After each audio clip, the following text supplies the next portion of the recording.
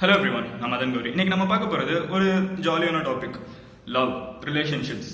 So அதை பத்தி என்னடா பேச போறேன்னா, the problem with love and relationship தான் பேச போறேன். ரொம்ப சிம்பிளான விஷயம் தாங்க. இப்போ வந்து நாளுக்கு நாள் வந்து அதிகமான பிரேக்கப்ஸ் பார்க்குறோம், ஒருத்தங்களே வந்து நிறைய கமிட்மெண்ட்ஸ்ல இருக்கிறத பார்க்குறோம். இதை பார்த்துட்டு இருக்க நீங்களே கூட 2-3 ரிலேஷன்ஷிப் ஆல்ரெடி இருந்திருக்கலாம். அது தப்புங்கிறத நான் சொல்ல வரல, பட் இதுக்கு வந்து ஒரு சயின்டிபிக் ரீசன் இருக்கு. அது என்னங்கிறத நம்ம இதில் பார்க்க போறோம்.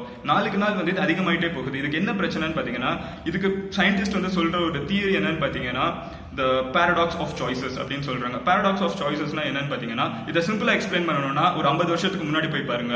ஸோ 50 வருஷத்துக்கு முன்னாடி எப்படி கல்யாணம் நம்ம ஊர்ல நடந்துருச்சு, இல்லை எப்படி லவ் பண்ணிட்டு இருந்தாங்கன்னு பாத்தீங்கன்னா, சில விஷயங்கள் கண்டிப்பா நம்மளுக்கே தெரியும். கண்டிப்பா வேற ஜாதியில கல்யாணம் பண்ண முடியாது, வேற மதத்துல கல்யாணம் பண்ண முடியாது, பக்கத்து ஊர்ல இருக்கவனெல்லாம் லவ் பண்ண முடியாது, ஏன்னா அப்பா அம்மா விட்டு போகணும், அவனும் வேற ஊர் போனா நம்ம மறுபடியும் வந்து பாக்குற வரைக்கும் தனியா இருக்கணும்.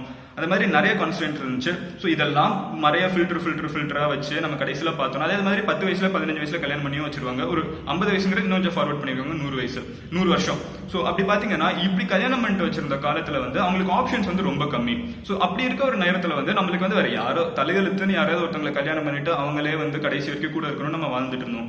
அப்படியே வந்து இப்போ 100 வருஷம் ஃபாஸ்ட் ஃபார்வர்ட் பண்ணி பாருங்க. இப்போ இருக்க காலத்துக்கு வாங்க. இப்போ சோஷியல் மீடியான்னு ஒரு விஷயம் இருக்கு, travelling has become much cheaper. So இப்படி இருக்க காலத்துல வந்து ஒரு ரிலேஷன்ஷிப்க்கு மிகப்பெரிய பிரச்சனை ஏதாவது வருதுன்னு பாத்தீங்கன்னா, மத்தவங்களை எப்போ நம்ம மீட் பண்ண ஆரம்பிக்கிறோமோ அப்போ தான். மத்தவங்களை அதுக்கு மீட் பண்ணவே கூடாதுன்னு பாத்தீங்கன்னா அதை சொல்ல வரல.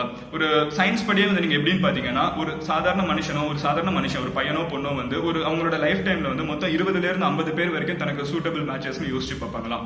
ஸோ இத்தனை பேரை யோசிச்சு பாக்குறப்போ ஆப்வியஸா ஒருத்தன் கூட நான் ஒரு ரிலேஷன்ஷிப்ல இருக்கோம்னா, அப்போ வந்து ஒரு பேரலல் டைம்ல என்ன ஆகும்னு பாத்தீங்கன்னா, அந்த பொண்ணு கூட ஒரு ரிலேஷன்ஷிப்ல இருக்கப்போ இங்க யாரையாவது நம்ம புதுசா மீட் பண்ணோம்னா, வேற இடத்துல யாரையாவது புதுசா மீட் பண்ணோம்னா, அந்த பொண்ணு கிட்ட இருக்க ஒரு சின்ன பிரச்சனை வந்து இந்த பொண்ணு கிட்ட பெட்டரா இருந்துச்சுன்னா, ஓகே இந்த பொண்ணு பெட்டர்னு நம்மளுக்கு தோணி இந்த பொண்ணு கிட்ட கொடுக்குற அட்ராக்ஷன் கம்மியாயிரும் ஃபார்மர் பொண்ணு கிட்ட.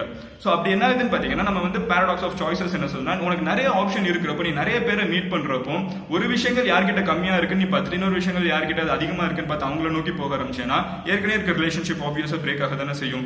அதுதான் இப்போ இருக்க ஜென்ரேஷனோட மிகப்பெரிய ப்ராப்ளமாவே இருக்கு. ஸோ இப்படி இருக்க ஒரு ஜென்ரேஷன்ல வந்து அந்த ஒன் ட்ரூ லவ் யாருமே கிடைக்க மாட்டாங்களா அப்படின்னு கேட்டீங்கன்னா, கிடைக்கிறவங்களும் சில பேர் இருக்காங்க, they just got lucky. அவங்க நான் எதுவுமே சொல்லல, பட் இதுதான் ஒரு மிகப்பெரிய பிரச்சனையா இருக்கு, paradox of choices. ஸோ முதல்ல இருந்த காலத்துல வந்து ஆப்ஷன் இல்லைங்கிறதுனால ஒருத்தங்களை கல்யாணம் பண்ணி ஒருத்தங்களே லவ் பண்ணி ஒருத்தங்களே கடைசி வரைக்கும் இருந்தாங்க. இப்போ நிறைய பேர் ஆப்ஷன்ஸ் இருக்குங்கிறதுனால மாறி மாறி போய்கிட்டே இருக்காங்க.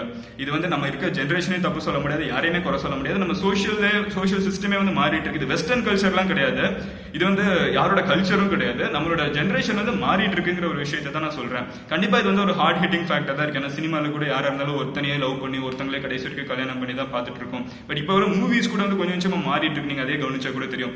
சின்ன சின்ன விஷயங்களே வந்து ரிலேஷன்ஷிப் வந்து ஒருத்தங்க கூட இருக்கிறதா இல்ல மல்டிபிள் பீப்புள் கூட இருக்கிறது அப்படிங்கிற அளவுக்கு போயிட்டு இருக்கு. இது வந்து டு பி ஃப்ராங்க், எனக்கு பர்சனலா வந்து இது வந்து ஒரு நல்ல விஷயமா தெரியல.